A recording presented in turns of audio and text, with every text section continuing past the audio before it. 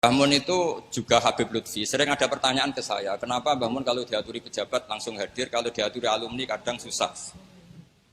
Nah itu saya terjemahkan di sini, memberi penjelasan singkat tentang judul. Kenapa saya namai Al-Intisor. Jadi menolong itu bukti mahabbah. Bukan berarti Mbah Mun butuh ditolong itu enggak. Sebagaimana ayat wayan surunallaha wa rasulullah. Tentu kita tidak pernah GR menolong Allah. Allah la yahtaju ilal i'ana. Karena Allah itu ghaniyun mutlak. Tapi bahasanya Quran wayan surunallaha wa rasulullah. Kemudian kenapa saya milih menjamakkan madzhab? Karena beliau punya madzhab fil tasawuf, punya madzhab fil fikih, punya madzhab fil istimaiyah.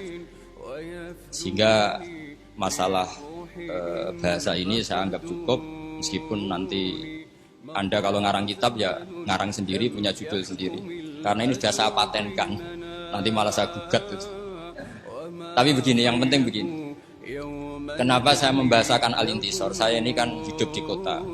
Di kota itu banyak cara berpikir Islam ekstrim, termasuk yang berpikiran khilafah. Karena saya seperti yang dikatakan Gus Kamil di Gembleng Mbah Mun mulai kecil, pikirannya ya nasionalis religius atau religius nasionalis. Karena saya takut teman-teman itu tidak memahami atau tidak memahami referensi itu.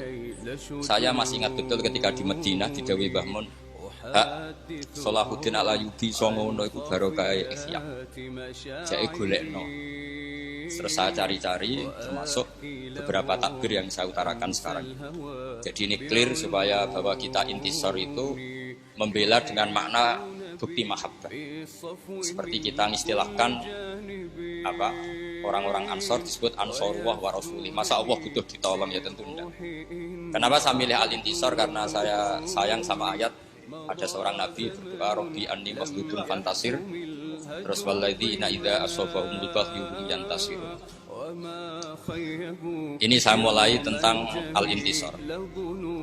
Saya mohon dilihat halaman pertama itu halaman 6. Halaman 6 di situ saya tulis riwayat Imam Bukhari dan itu ditulis di beberapa halaman oleh Imam Bukhari. Di antara alamat waliyullah adalah semua yudaulahul qabul fi ahli ardi. Kita tahu Mbah Mun sangat diterima semua pihak. Alhamdulillah. Beliau sering memfatwakan wa alal akil ayakuna basiron bi zamani mukbilan alasani.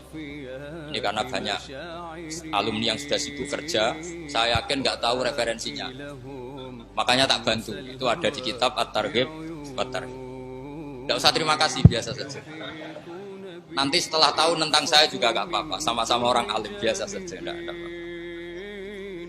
Terus kemudian kenapa Mbah Mun baik kepada siapa saja?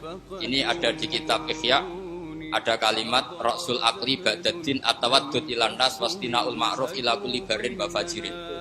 Jadi Anda jangan mendikte Mbah Mun harus baik sama si A tertentu yang kamu anggap soleh, karena kaidah beliau wastina'ul ma'ruf ila kulli barin wa fajirin. Kalau istilah Ali Roki Rasul Akli Ba'dal iman At-Tawaddud ilan nas wastina'ul ma'ruf ila kulli barin wa fajirin.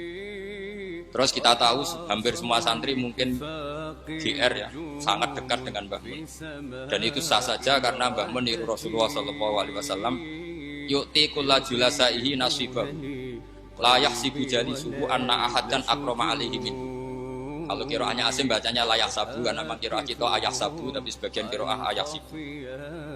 Ya sudah, semua orang kalau dekat Mbah Mun merasa paling dekat, dan itu sah saja. Tapi yang dekat betul ya ke sana sampai jadi mantu. Jadi yang lain GR saja, yang fakta ya ke sana.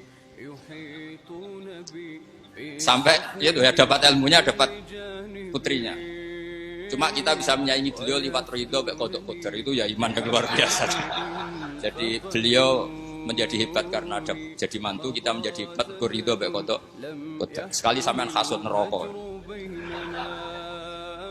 Nah terus Mbah Mun itu juga Habib Lutfi. Sering ada pertanyaan ke saya, kenapa Mbah Mun kalau diaturi pejabat langsung hadir, kalau diaturi alumni kadang susah. Nah itu saya terjemahkan di sini.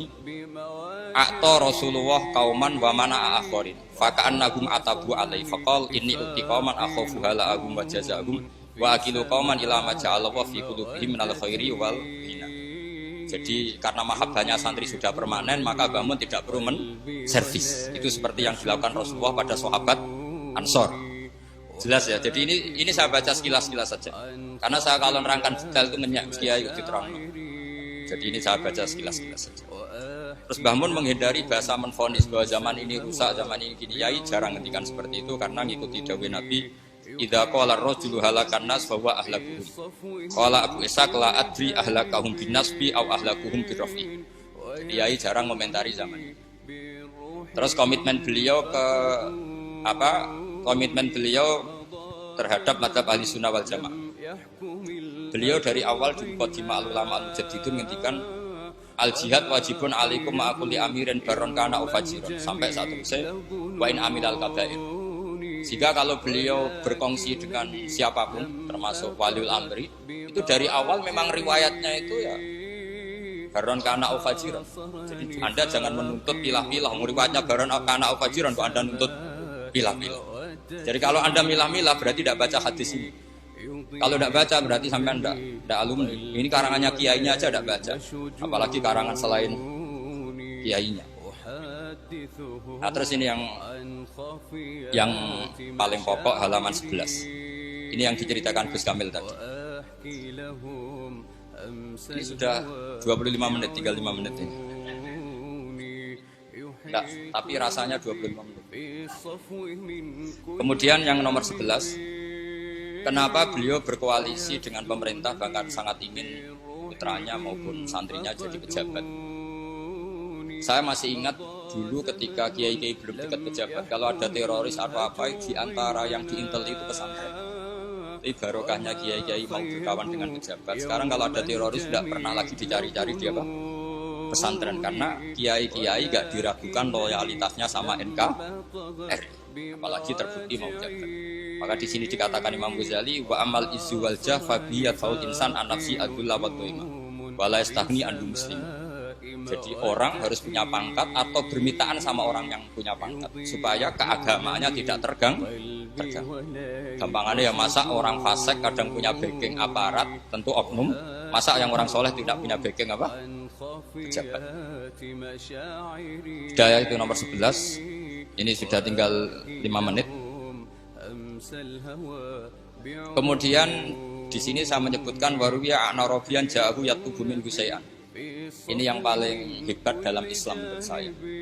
Ada seorang bedui minta sesuatu sama Nabi karena Nabi itu tidak orang kaya raya, meskipun sangat sakhot, tapi kan tidak kaya raya, ngasih itu tidak memuaskan. Orang Arabi ini menggerutu. Ketika menggerutu, sahabat ingin bunuh Arabi ini karena dianggap kurang sopan sama Rasulullah SAW. Tapi uniknya Nabi minta Arabi tadi ke rumah atau Nabi yang masuk rumah dikasih banyak, kemudian puas. Ketika puas kata Nabi, kamu harus ngomong ke mereka kalau kamu puas supaya sahabat saya tidak dongkol sama kamu. Oke ya Rasulullah, saya bilang ke mereka. Ketika bilang ke mereka kata Nabi, ibarat saya ngerawat umat itu kayak seorang yang punya unta ngerawat unta yang sedang liar. Kalau dibantu orang lain malah Kiai juga gitu. Kiai itu paling sabar merumat umat. Kalau orang lain yang tidak kiai merumat umat itu tambah kacau. Latihan tobat anggap kafir, latihan sholat anggap rasah, latihan ngaji ora paham buku kitab, soalnya cangkem elek terus. Tapi barokahnya kiai-kiai telaten itu unta yang liar saja menjadi semua kiai tentu pilihannya sabar. Terus gugatan-gugatan beberapa orang di kota, ya sebagian itu mesti menyoal kiai-kiai pesantren itu nggak tegas pada kemungkaran, nggak tegas pada fenomena kemaksiatan. Itu takbirnya kenapa seperti itu bisa dilihat di halaman berapa ini? 19. Ini juga takbir dari Ihya, memang saya perbanyak dari Ihya. Selain kitab itu gampang juga yang sering dibaca sama beliau zaman kita tahu semua lah. Beliau sangat sering membaca kitab apa? Ihya. Jadi tidak semua sahabat, saya baca ya.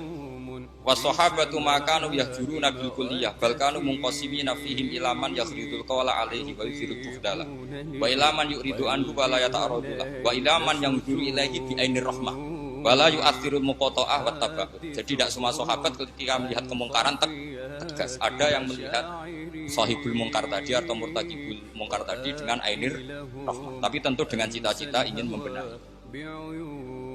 Dan Mbah Mun sering masyhur kan, beliau sering dalil laisa laka minal amri syai'un aw yatuba alaihim aw yu'adzibhum fa innahum dzalimun. Karena manusia itu sesuatu yang tidak permanen. Yang sekarang soleh bisa suatu saat fasik, yang sekarang fasik bisa suatu saat soleh. Sehingga pilihan tegas itu enggak pas. Yang ditegasi aja enggak konsisten kok kita tegas. Itu pilihan Mbah Mun.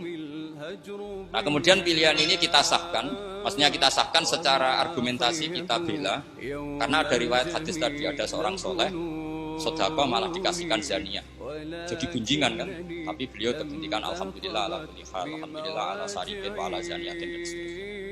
Ketika ditanya, kenapa kamu mengasih zaniyah?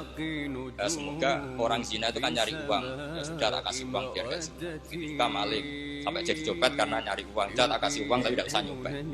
Andai kan yang seperti itu tidak orang soleh, pasti ngasih seperti itu ya pesen servisnya. Makanya ukurannya itu soleh dulu. Ukurannya itu apa? Soleh dulu. Jadi kalau sudah soleh melakukan apa saja insya Allah terukur. Termasuk misalnya terpaksa muamalah ma'al fusak.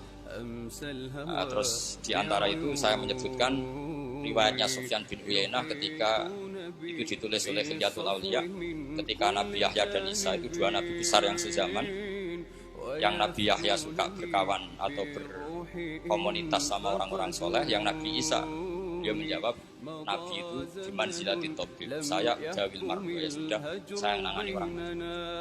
Artinya begini, bersama Mbah Mun itu jami'un lil kulli. Kalau kancanan orang soleh ya berarti ala manhaji Nabi Yahya. Kalau bina orang-orang macam-macam ala manhaji Nabi Isa. Jadi ini makalah gak perlu dijelaskan, saya mohon dibaca khatam. Kalau nggak setuju dengan saya harus setuju sama Ihya. Jadi nggak penting saya itu takbirnya ada halamannya. Mungkin mudah dicari, kitab saya Darul Kutub Al-Ilmiyah harus dicari. Semoga kitab Ihya ada di rumah Anda, tidak terjual atau tidak diperdusi di atas. Jadi mohon dicari sendiri. Saya kira demikian. Assalamualaikum.